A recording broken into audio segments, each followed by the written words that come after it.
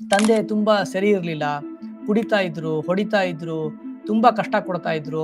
ಅವರ ಅಪಮೃತ್ಯು ಆಯ್ತು. ನಾವ್ ಯಾಕೆ ಅವರಿಗೆ ಶ್ರಾದ್ದವನ್ನ ಮಾಡ್ಬೇಕು? ಆ ಮನುಷ್ಯ ನಮ್ಗೇನು ಮಾಡಿಲ್ಲ ಅಂತ ತುಂಬಾ ಜನರ ಪ್ರಶ್ನೆ. ತುಂಬಾ ನಿಮ್ಮ ಒಳಗಿರುವ ಸಾತ್ವಿಕವಾದ ಕೋಪ ನಮ್ಗೆ ಅರ್ಥ ಆಗ್ತದೆ. ಶ್ರಾದ್ದ ಮಾಡ್ತೀವಲ್ಲ, ಏನು ಪಿತೃಪಕ್ಷದಲ್ಲಿ ಮಹಾಲಯದಲ್ಲೆಲ್ಲ ನಾವು ಮಾಡ್ತೀವಲ್ಲ, ಇದು ಕೇವಲ ನಿಮ್ಮ ತಂದೆಯವರಿಗೆ ಮಾಡೋದಲ್ಲ. ತುಂಬಾ ಜನರಿಗೆ ತಪ್ಪು ಕಲ್ಪನೆ ಇದೆ. ಇದು ಮಾಡೋದು ಪಿತೃದೇವತೆಗಳಿಗೆ. ಉದಾಹರಣೆಗೆ ಈಗ ನಾನು ಮಾತಾಡ್ತಾ ಕೂತಿದ್ದೀನಿ, ನೀವಲ್ಲಿ ಕೇಳ್ತಾ ಇದ್ದೀರಿ.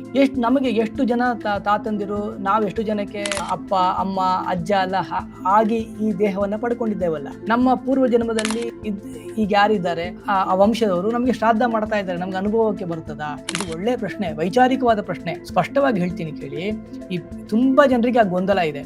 ನೀವು ಈ ಶ್ರಾದ್ದವನ್ನ ಮಾಡ್ತಾ ಇರೋದು ಕೇವಲ ನಿಮ್ಮ ಪೂರ್ವಜರಿಗೆ ಅಲ್ಲ.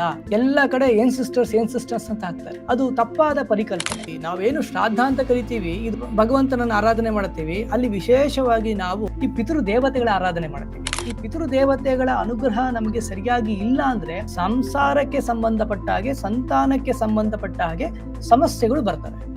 ವಂಶಾವಳಿಗೆ ಸಂಬಂಧಪಟ್ಟಂತಹ ದೈಹಿಕವಾದ, ಮಾನಸಿಕವಾದ, ಆರ್ಥಿಕವಾದ ತೊಂದರೆಗಳು ನಮ್ಗೆ ಕಾಣಿಸಿಕೊಳ್ತವೆ. ಯಾವಾಗ ಪಿತೃದೇವತೆಗಳ ಆರಾಧನೆ ಶ್ರದ್ಧೆಯಿಂದ ಮಾಡ್ತೀವಿ, ಆಗ ಬೇರೆ ಎಲ್ಲಾ ದೇವತಾ ಆರಾಧನೆಗೆ, ನಿಮ್ಮ ಕುಲದೇವತೆ ಆರಾಧನೆಗೂ ಕೂಡ ನಿಮ್ಗೆ ಅಧಿಕಾರ ಬರೋದು ಪಿತೃದೇವತೆಗಳ ಆರಾಧನೆಯ ನೀವು ಮಾಡಿದಾಗ ಮಾತ್ರ. ಈ ಪಿತೃದೇವತೆಗಳ ಆರಾಧನೆ ಈ ಶ್ರಾದ್ದದಲ್ಲಿ ಆಗುತ್ತೆ.